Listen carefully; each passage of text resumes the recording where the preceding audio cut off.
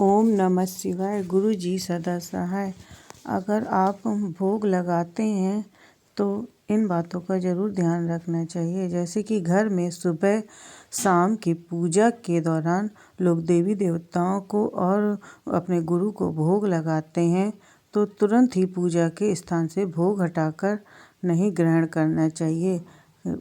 कुछ देर प्रसाद या रखा रहना चाहिए तो तभी भगवान को स्वीकार होता है। कई लोग होते हैं कि भोग लगाते हैं, 5 मिनट भी नहीं होता है उठा लेते हैं, तो ऐसी गलती नहीं करनी चाहिए। भगवान को भोग लगाने के बाद थाली को तुरंत ही पूजा स्थान से कभी भी नहीं हटानी चाहिए। तो जैसे थाली में भोजन लगाते हैं तो कभी भी नहीं हटानी चाहिए, जैसे बच्चे मांगने लगते हैं कुछ भी, तो ऐसा नहीं करना चाहिए, वरना पूजा का पूर्ण फल नहीं प्राप्त होता। क्योंकि हम भोग लगा रहे हैं तो भगवान को प्रसाद के लिए लगा रहे हैं, तो कुछ टाइम ज़रूर रखा रहना चाहिए, उसके बाद ही प्रसाद ग्रहण करना चाहिए। जब भी भगवान को भोग लगाएं तो थोड़ी देर तक आंख बंद कर के भगवान के सामने बैठे या खड़े रहें और पर्दा भी डाल देना चाहिए। भोग लगाने के बाद पर्दा कम से कम आधे घंटे के लिए डाल देना चाहिए, 10-15 मिनट के लिए, तो भगवान भोग ग्रहण कर लेते हैं, उसकी पूजा स्वीकार करते हैं। कुछ देर बाद ही भोग की थाली मंदिर से हटाएं और भोग को प्रसाद के रूप में सभी सदस्यों में बांटना चाहिए। ओम नमः शिवाय। गुरु जी सदा सहाय।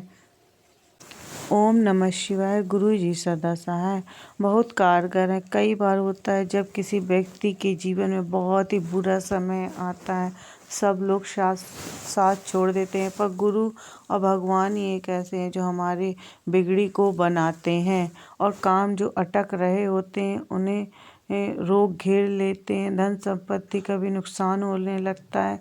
इन संकट को उबरने के लिए प्रत्येक शनिवार को पीपल के वृक्ष में काले तिल रख दें और इस तेल का दीपक जलाएं।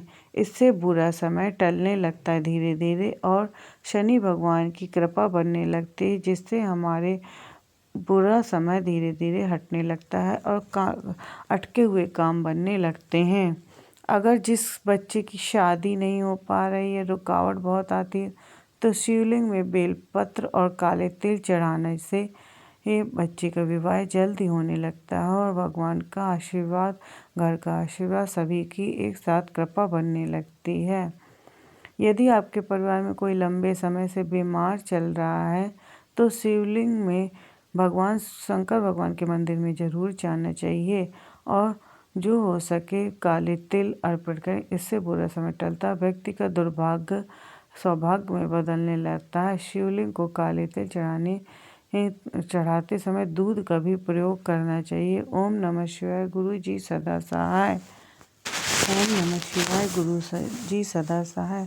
अगर आपके काम बनते बनते में दिक्कत आने लगती है तो ये जरूर करना चाहिए, ईश्वर को किसी के रूप में या गुरु के रूप को पकड़कर उनसे जुड़ जाएं और उनका ध्यान करें, भगवान की शक्ति पे भक्ति करें और उनका गुणगान अपने भीतर मन में उनका जाप करते रहें। इससे भी बहुत प्रभाव जीवन में पड़ता है।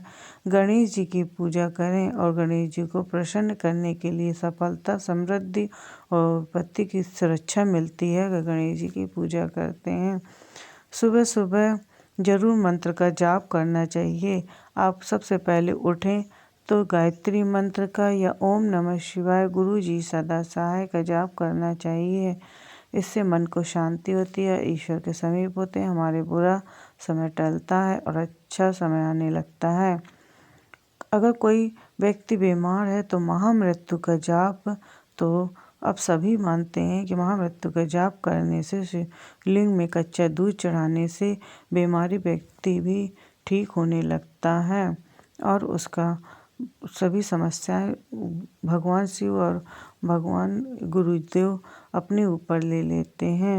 यह साक्षात मैंने देखा है कि एक व्यक्ति की बहुत बीमारी हो गई थी, बहुत ही, उसके डायलिसिस तक का आ गई थी, पर महामृत्यु का जाप करवाने से यह बीमारी टल गई और उसका फल उन्हें मिला, जिसकी वजह से वह अब ठीक हैं।